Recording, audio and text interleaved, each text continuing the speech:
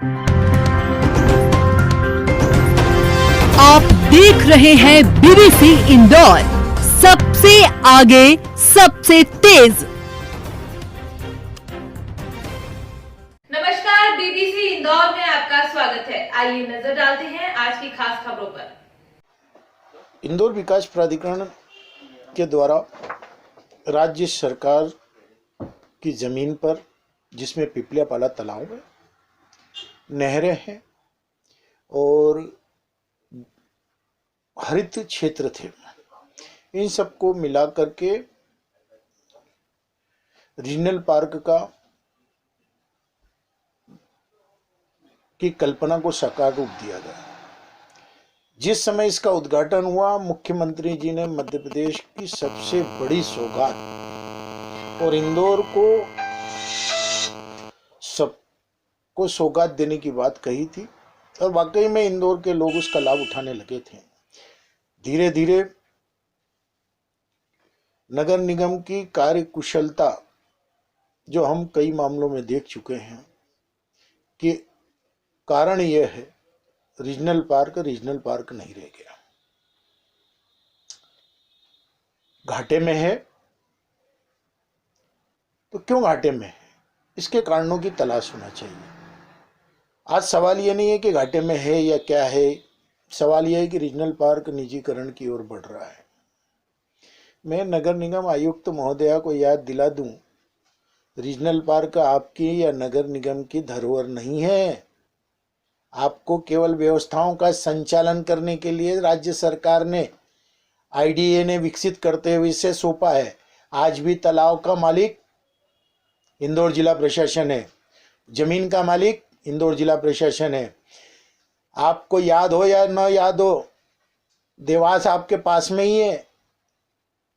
टेकरी से रोपवे के लिए जगह चाहिए थी नीचे, इंदौर भोपाल रोड पर केपी कॉलेज के सामने मंडी की जमीन जहां मेला लगता है, राज्य सरकार ने जब लीज पे दी तब जाकर के रोपवे मूर्त रूप ले सका है। कृपया जानकारी ले लीजिए। नगर निगम अर्धशासकीय संस्था है और वो शासकीय संपत्ति है।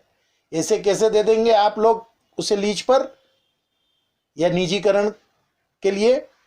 अगर आपसे व्यवस्थाओं का संचालन नहीं हो रहा है, आप राज्य सरकार के सुपुर्द कर दीजिए। राज्य सरकार जिस प्रकार से पर्यटन होटलें चला रही है, अन्य मांडू क्षेत्र,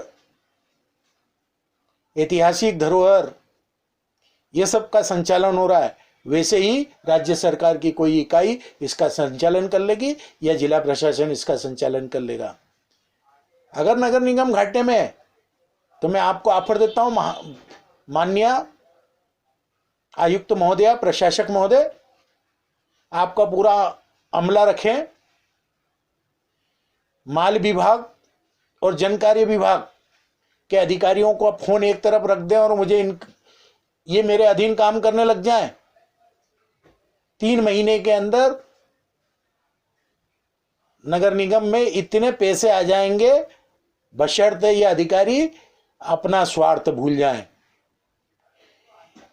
कार्य संचालन के लिए, कार्य व्यवस्थाओं के लिए छोटी मोटी तकलीफें होती हैं। केवल 5 करोड़ का वहां काम हो जाएगा, वो फिर रीजनल पार्क हो जाएगा। उसके सौंदर्य को निजी हाथों में गिरवी रखवाने के पहले कायदे और कानून पढ़ लें। कागज दफन नहीं होते हैं। ये शहर के नागरिक समझदार हैं, पर चुप्पी साधने वाले लोग हैं, परंतु उनकी चुप्पी कानून के दरवाजों पर किस प्रकार से खौफनाक रूप लेगी, इसका आपको अंदाजा भी नहीं है। जनप्रतिनिधि क्यों चुप हैं, ये सवाल भी है। ये इंदौर की एक बड़ी सौगात निजीकरण करके मध्य प्रदेश सरकार अघोषित रूप से मोदी जी की राह पर चल रही है। वो सरकारी संपत्तियों को जिस तरह निजीकरण के हाथों में सौंप रहे हैं, निजी हाथों में सौंप रहे हैं, नगर निगम अगर इस प्रकार का कोई प्रयास कर रही है तो इसका खुलकर के विरोध होगा, कानूनी दायरे में रह कर के विरोध होगा, बशर्ते मैं एक बार फिर चेतावनी दे रहा हूं, नगर निगम अपने दस्तावेजों को अवलोकित कर ले। इंदौर विकास प्राधिकरण ने इस रीजनल पार्क को बनाया है और सरकारी संपत्ति है।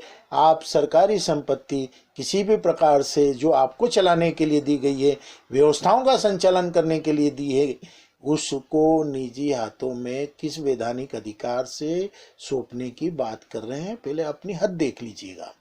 ताजा खबरों और अपडेट्स के साथ हम जल्द मिलते हैं BBC इंदौर पर।